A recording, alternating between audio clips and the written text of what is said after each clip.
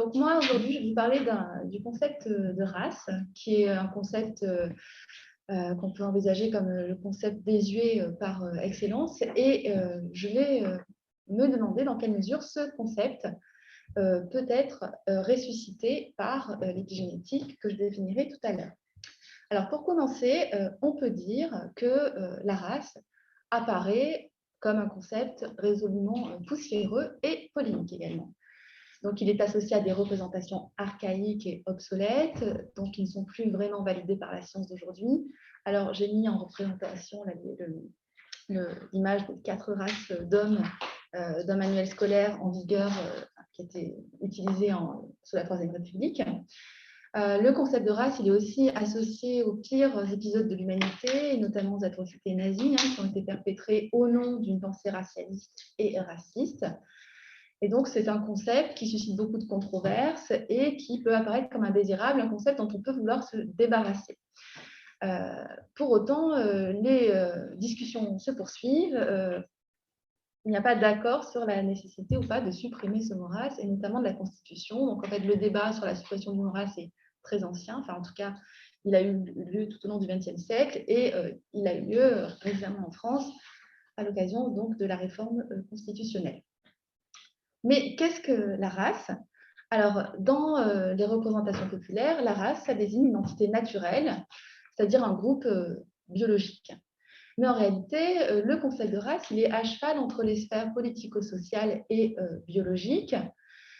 Et de ce point de vue-là, on oppose de façon classique les approches naturalistes, biologiques, donc qui disent que la race est un groupe naturel, et les approches constructivistes, sociales, selon lesquelles la race est une construction sociale.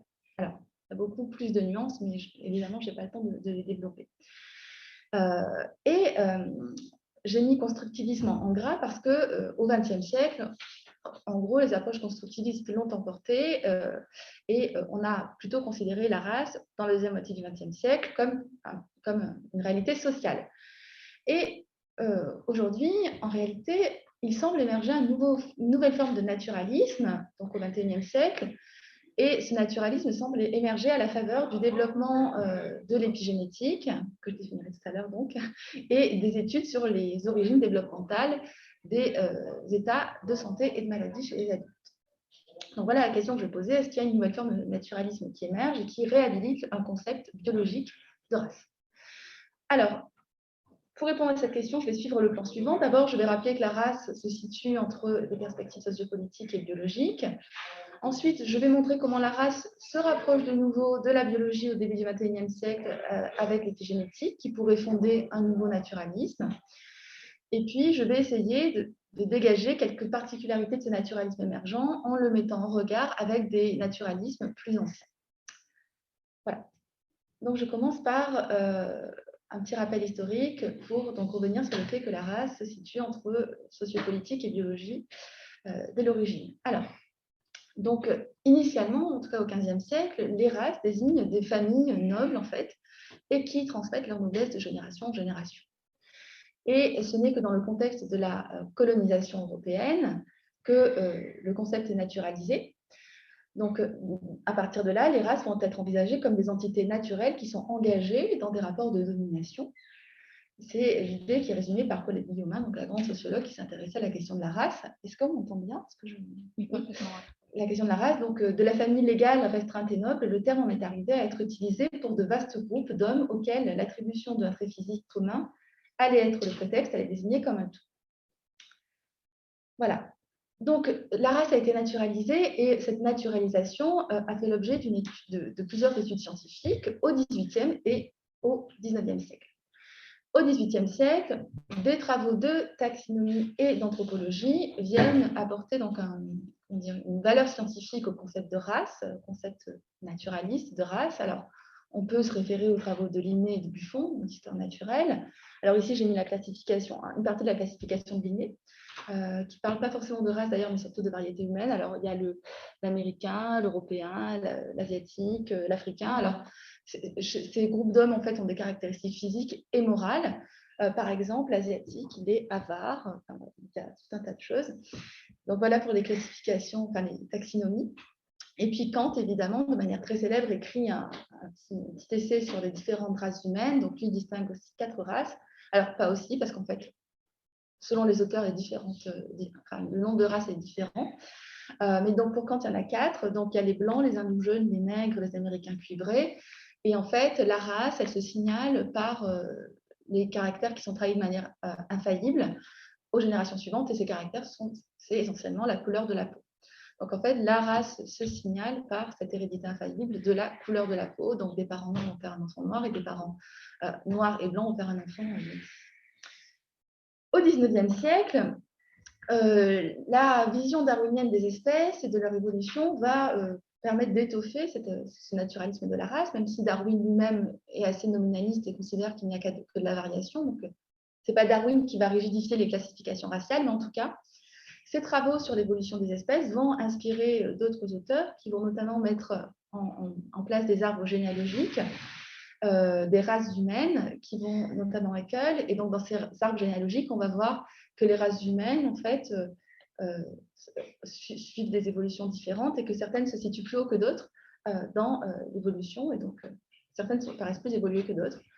Et puis, dans ce contexte, les différences mentales et morales qu'on observe entre les groupes humains sont l'effet de la sélection de l'évolution par sélection naturelle.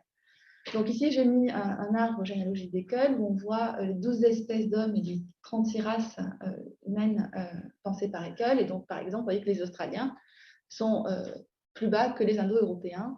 Ouais. Voilà, je les ai entourés, je ne sais pas si on me très bien. Enfin, c'était juste à titre d'exemple. Mais le concept de biologique de race, donc, qui est étoffé au XVIIIe, au XIXe siècle, au début du XXe siècle, va connaître une crise dans le courant du XXe siècle, dans un contexte politique et scientifique particulier. Alors, le contexte politique, c'est la découverte des atrocités nazies, que j'évoquais tout à l'heure, et la décolonisation. La décolonisation. Et le contexte scientifique, c'est l'adoption, la prévalence plutôt en tout cas en biologie, de la théorie synthétique de l'évolution, qui dit que l'évolution, en fait, c'est le changement des espèces, mais sous l'effet du remplacement des fréquences alléliques dues à la sélection naturelle. Donc voilà, on a une biologie de l'évolution qui est génétique, enfin qui s'appuie sur les données de la génétique des populations. Et dans ce contexte, l'approche typologique de la race, donc l'idée selon laquelle les races sont des groupes, des types en fait statiques, dont tous les membres présentent des groupes statiques et disjoints, dont tous les membres présenteraient les mêmes traits essentiels. Cette vision-là, typologique, elle est invalidée, discréditée, et elle est abandonnée au profit d'une approche populationnelle, selon laquelle les races, si elles existent, sont en réalité des populations en évolution, qui ne se distinguent que par quelques fréquences génétiques. En fait, il y a certains allèles qui sont plus représentés dans certaines populations, mais il n'y a pas de groupe disjoint. Il n'y a que des populations en évolution qui se distinguent par la plus ou moins grande fréquence de gènes qui se trouvent en leur sein. Et d'ailleurs, dans ce contexte-là aussi, surtout dans les années 70, on observe que la plus grande variabilité en fait, génétique se trouve à l'intérieur même des populations et pas entre les populations. Donc, on peut toujours faire des catégories raciales et on peut toujours dire que les races sont des populations en évolution, mais toute catégorisation étanche devient affaire de convention. Et aussi, dans ce contexte-là, on distingue race et culture, et donc, si la race doit être quelque chose, ça doit être autre chose que la culture. Donc, toutes ces idées se retrouvent dans les écrits des artisans des déclarations de l'UNESCO, notamment de Dobzhansky. Voilà. C'est l'idée qui émerge dans la deuxième moitié du XXe siècle. Et dans la deuxième moitié du XXe siècle, ce sont les approches sociales en fait, qui vont prendre de l'ampleur. Donc, le concept biologique tombe en désuétude, même si on peut toujours lui trouver un sens populationnel, et les approches sociales prennent de l'ampleur. Donc, les anthropologues et les sociologues vont considérer que la race, c'est avant tout une construction sociale. Et certains vont envisager la race comme un outil de domination sociale, notamment Colette Guillaumin, mais je pense aussi aux travaux récents de Nagamine Besson. Donc voilà, la race, de ce point de vue-là, la race biologique, en tout cas, c'est un concept qui peut survivre si on le définit bien, mais en tout cas, les approches un peu typologiques et caricaturales de la race sont invalidées. Mais en ce début du XXe siècle, en réalité, on voit une espèce de survivance des approches biologiques et naturalistes. Il y a une persistance de la race biologique. La race est ramenée, il y a une naturalisation persistante, la race est sans cesse ramenée du côté de la nature, malgré tout. Alors, dans les perspectives populaires, c'est le cas. Donc, la race, c'est peut-être un groupe social, mais en tout cas, c'est un groupe social qui est perçu par tout un chacun, en tout cas par la population générale, comme un groupe naturel. Pourquoi? Parce que c'est un groupe qui est associé à des caractéristiques physiques. En fait, qu'on constitue à partir de caractéristiques physiques. Ça, donc, c'est ce que disait Colette Guillaumin dans les années 70, mais plus récemment, Adam Hochman, qui est philosophe, donc, soutient qu'en fait, dans la perspective populaire, on continue de penser la race comme une communauté reproductive, comme une population relativement isolée par rapport à d'autres. Et puis, aux États-Unis, là où le concept de race est beaucoup plus utilisé qu'ici, beaucoup plus mobilisé qu'ici, en fait, les recherches en génomique continuent en fait de mettre en évidence certains variants génétiques, certaines portions d'ADN qui sont plus représentées dans certaines populations, et les recherches génomiques sur la race, qui est un concept qui est tout à fait mobilisé dans les recherches, conduisent notamment à mettre en place une biomédecine racialisée qui a permis la mise sur le marché dans les années 2000 d'un médicament, le Big qui était réservé donc aux Noirs américains, population. Donc voilà, la race est toujours ramenée du côté de la biologie, donc il y a une survivance biologique de la race, mais moi je voudrais parler d'une autre façon de naturaliser la race, mais qui me paraît cette fois-ci assez nouvelle. Donc il y a un nouveau type de naturalisme qui émerge en ce début du XXIe siècle. C'est un naturalisme qu'on peut qualifier d'épigénétique. Alors, et qui se distingue du naturalisme génétique. Alors, ce naturalisme, il émerge dans un contexte donné et face à un constat donné. Le contexte théorique est marqué donc par le développement des études en épigénétique et sur les DOAD. Alors, l'épigénétique, qu'est-ce que c'est? Puisque là, je dis que je vais enfin définir l'épigénétique. Donc, c'est une science qui s'intéresse aux marques moléculaires qui modifient l'expression des gènes et qui sont dites réversibles, ces marques moléculaires, et sensibles à l'environnement. Donc voilà, on a des gènes qui s'expriment différemment, notamment grâce ou par rapport à ces marques épigénétiques qui sont sensibles à l'environnement, qui seraient sensibles à l'environnement et qui seraient réversibles. Donc voilà ce que c'est l'épigénétique. Et puis il y a aussi le contexte théorique de l'émergence de ce nouveau naturalisme est marqué par donc les études sur les origines développementales de la santé, la maladie, qu'on appelle DOAD en anglais. Donc, ces études, elles s'intéressent à la façon dont les expositions précoces à divers environnements sociaux, nutritionnels, etc., déterminent le développement et notamment des pathologies à l'âge adulte. Donc, voilà pour le contexte théorique. Et le contexte, le naturalisme émergent, en fait, apparaît face à le constat des disparités de santé qui persistent entre les personnes identifiées comme noires et les personnes identifiées comme blanches aux États-Unis. Donc, les personnes identifiées comme noires ont plus petit poids de naissance et ont plus de maladies cardiovasculaires. Et donc, le risque de mourir d'une maladie cardiaque est 1,3 fois plus élevé chez les Afro-Américains comparé aux Blancs américains. Et les Afro-Américains ont 1,8 fois plus, 1,8 fois plus susceptibles de développer du diabète. Voilà les chiffres. Voilà. Et dans ce contexte, puisqu'en fait, on a du mal à expliquer ces disparités de santé de façon génétique. Donc, la littérature est assez prolixe à ce sujet, je n'ai pas le temps de développer, mais on pourra y revenir. Donc, une nouvelle hypothèse a émergé, l'hypothèse selon laquelle, en fait, les disparités de santé seraient liées à l'incorporation d'une expérience sociale des populations. Et donc, cette incorporation aurait des effets sur la santé et la maladie des personnes identifiées comme noires notamment.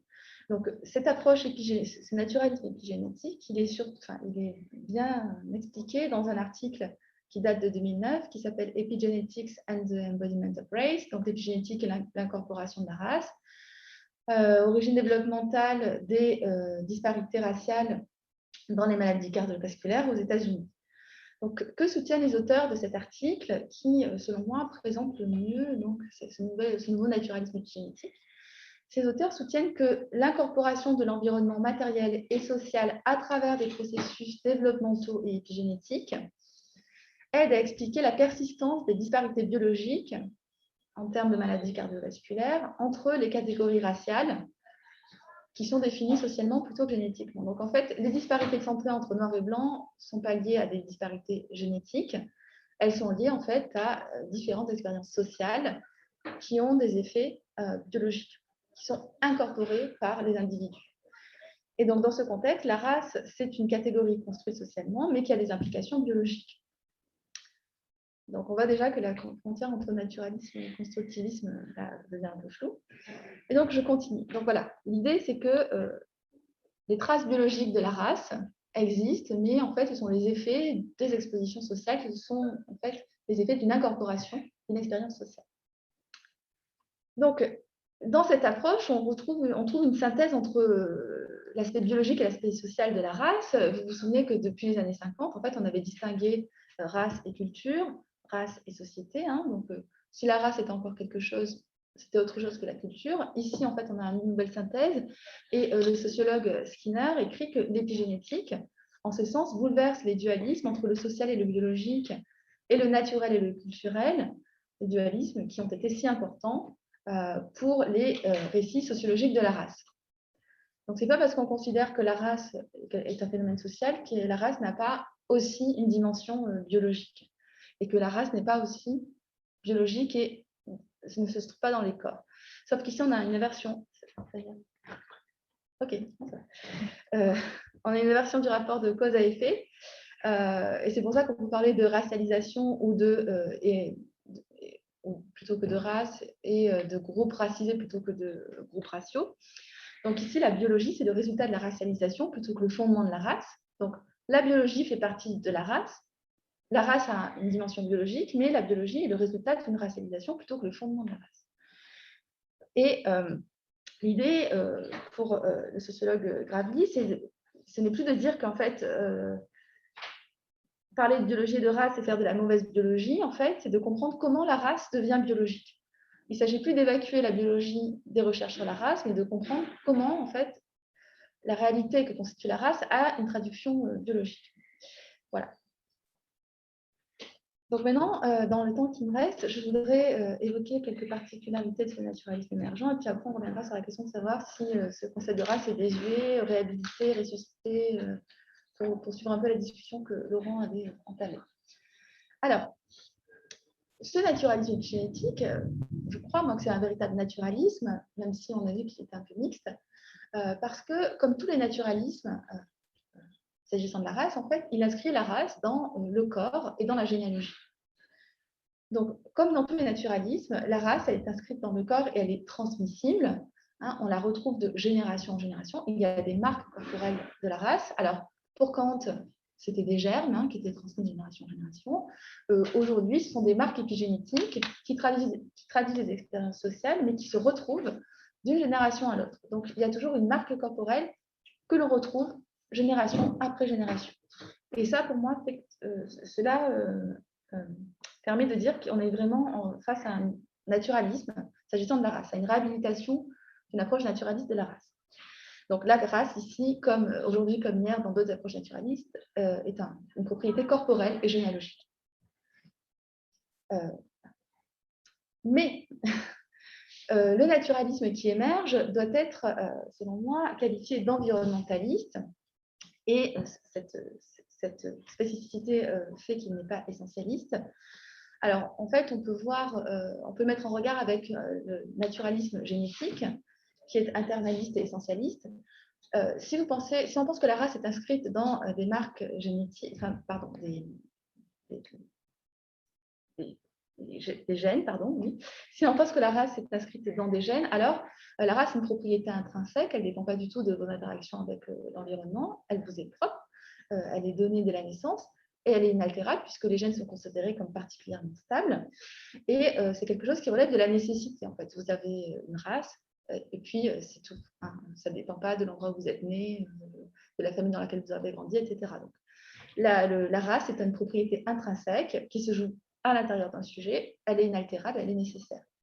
Et donc, en ce sens, la race, dans le naturalisme génétique, c'est un peu celle de l'approche kantienne, c'est-à-dire qu'elle se joue à l'intérieur du sujet, dans des germes qui sont contenus dans le sujet.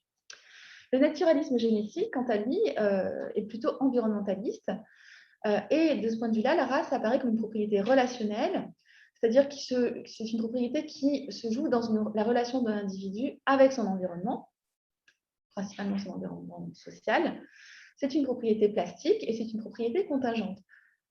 En fait, les marques épigénétiques qui traduisent l'expérience raciale, elles sont dites réversibles, et en ce sens, les marques corporelles de la race sont réversibles, sont plastiques, et la race est contingente parce qu'elle dépend de la société dans laquelle elle est façonnée et donc vécue. Alors, cette approche, ce naturalisme épigénétique environnementaliste, fait écho aux approches externalistes à la Buffon du XVIIIe siècle. Alors, je dis à la Buffon parce que Buffon n'est pas le seul à considérer que les différences raciales, en fait, sont liées à des différentes expositions, à des conditions, alors environnementales, c'est un peu un anachronisme, enfin, à différentes conditions. Donc, Buffon considère que les variétés humaines n'ont été produites que par le concours de causes extérieures et accidentelles. Et il est très probable qu'elles disparaîtraient aussi peu à peu et avec le temps, ou même qu'elles deviendraient différentes de ce qu'elles sont aujourd'hui si ces mêmes causes ne subsistaient pas. Donc en fait, c'est l'environnement qui crée la race, qui fait et qui défait la race. Alors, à des échelles de temps qui varient évidemment, hein, mais voilà, donc cette approche externaliste, elle fait écho pour moi le naturalisme épigénétique fait écho aux approches externalistes du XVIIIe siècle, notamment celle de Buffon. Alors, l'idée d'un corps plastique est perméable à l'environnement, en fait, elle est beaucoup plus ancienne que ça, comme montre Mélanie. Mais, voilà. En tout cas, on peut trouver chez Buffon des échos avec ce qu'on peut considérer aujourd'hui sur la race, enfin le naturalisme émergent. Sauf que l'environnement de l'épigénétique, qui est ici mis en évidence, c'est un environnement qui rend les gens malades, et c'est un environnement qui est strictement construit, hein, c'est un environnement social. Alors que chez Buffon, il y a le climat, la nourriture, les mœurs, donc des mœurs voilà, sociales, mais en tout cas, avec l'épigénétique, l'environnement qui racialise, hein, c'est un environnement social. Voilà, donc il faut noter cette différence. Enfin, donc, comme je l'ai un peu montré, enfin je l'ai suggéré depuis tout à l'heure, ce naturalisme vient renforcer les thèses constructivistes, puisqu'il invite à envisager la race comme un fait social qui a des conséquences biologiques. Et je pense qu'en fait, il est associé à un constructivisme qu'on peut qualifier de biosocial. Donc la race, c'est non seulement une construction sociale, mais les profils biologiques associés à la race, en fait, sont aussi produits par une exposition sociale. Donc il y a une construction à la fois sociale et biologique. Donc je pense qu'on peut parler de constructivisme biosocial, et donc on voit qu'ici on a une rupture avec rupture de l'opposition binaire entre constructivisme dynamique et naturalisme. Voilà, donc voilà, la race, on revient sur l'idée que la race est contingente, qu'elle dépend des sociétés dans lesquelles elle est façonnée. Elle est contingente à la fois au point de vue psychologique, social et biologique, hein, et elle est plastique puisque les dynamiques sociales et épigénétiques sont réversibles. Donc, pour résumer, il me semble qu'à l'ère de l'épigénétique, la race apparaît comme quelque chose qui est produit par l'environnement. Donc, il me semble que l'épigénétique fonde un naturalisme environnementaliste et un naturalisme constructiviste, puisque la race apparaît comme un fait social ayant des conséquences biologiques. Donc voilà, je pense qu'on peut considérer que l'épigénétique fonde un naturalisme environnementaliste et constructif. Alors, combien de temps il reste là 5 minutes, c'est parfait. Ah ouais, très bien. Alors, donc, pour conclure, voilà l'idée que je voulais défendre aujourd'hui, que l'épigénétique, en fait, vient réhabiliter un concept biologique de race, mais en fait un concept mixte, comme vous l'avez compris. Et elle fonde un nouveau naturalisme qui invite à poser d'autres questions. Alors, qu'est-ce que la race dans ce contexte? Alors que c'est quelque chose qui est produit par l'environnement, c'est une construction sociale qui a des incidences biologiques. En tout cas, la race, elle est sous-déterminée biologiquement, puisque les profils épigénétiques qui sont associées à des maladies, par exemple cardiovasculaires, en fait, ne sont pas propres aux populations noires, par exemple aux États-Unis, en fait. N'importe qui étant mis dans les mêmes conditions pourrait développer le même profil. Donc, en fait, il y a paradoxalement une sous-détermination biologique de la race. Donc, en fait, la biologisation de la race, la nouvelle biologisation de la race ne permet pas de circonscrire le concept de race, donc et de proposer une définition satisfaisante et claire du concept de race. Quel est le statut des groupes racisés? Alors, on n'est plus ici au XVIIIe siècle, on avait des types, des races comme des types. On n'est plus au XXe siècle, on avait des races comme population en évolution. Que sont les races aujourd'hui? Est-ce que ce sont, par exemple, des populations qui doivent, ou des groupes d'individus qui doivent faire l'objet de politiques de santé publique spécifiques? Comment penser les groupes raciaux aujourd'hui? C'est une question qu'on peut se poser. Les races, hein, si on veut conserver ce concept. Comment définir cet environnement racisant, cet environnement qui sculpte la race. Donc ça, c'est une question que je pose par rapport à d'autres thématiques de recherche que je développe en ce moment, donc sur le concept d'environnement. Alors, maintenant, la question est de savoir si on a affaire toujours au même concept de race. Est-ce que le concept de race est ressuscité par l'épigénétique? Est-ce qu'il renaît de ses cendres tel quel, évidemment? Ça ne semble pas être le cas. Est-ce qu'il est transformé? Dans quelle mesure? Mais est-ce qu'on a affaire au même concept? Puisque, là, je reprends la distinction de Appia entre le sens idéationnel, c'est-à-dire finalement la définition, et le sens référentiel, les réalités auxquelles renvoie le concept.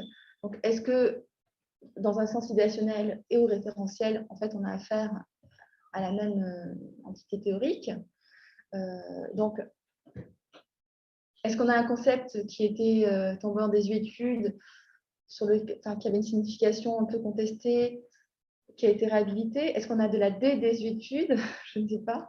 Une réhabilitation, une réappropriation? Donc, je ne sais pas, c'est une question que je laisse ouverte. Est-ce qu'on a une désuétude? Est-ce que cette nouvelle approche suggère qu'en fait, les concepts strictement biologiques sont désuets, mais plus que désuets, en fait, invalides, et qu'en revanche, il peut être pertinent de se réapproprier le concept en lui donnant une nouvelle définition et en s'intéressant aux perspectives sociales. Voilà. Et puis, après, il y a toujours la question éthique. Est-ce qu'il faut conserver le concept de race? Bon, alors, c'est une controverse qui a traversé le XXe siècle. Et comme je disais tout à l'heure, on en a encore parlé récemment dans le cadre de la réforme constitutionnelle.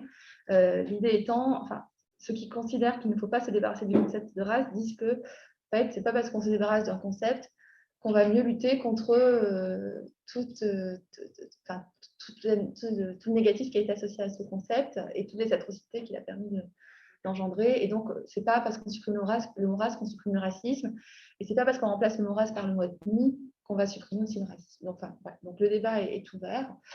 Et voilà, je vous remercie de votre attention. Je sais pas si...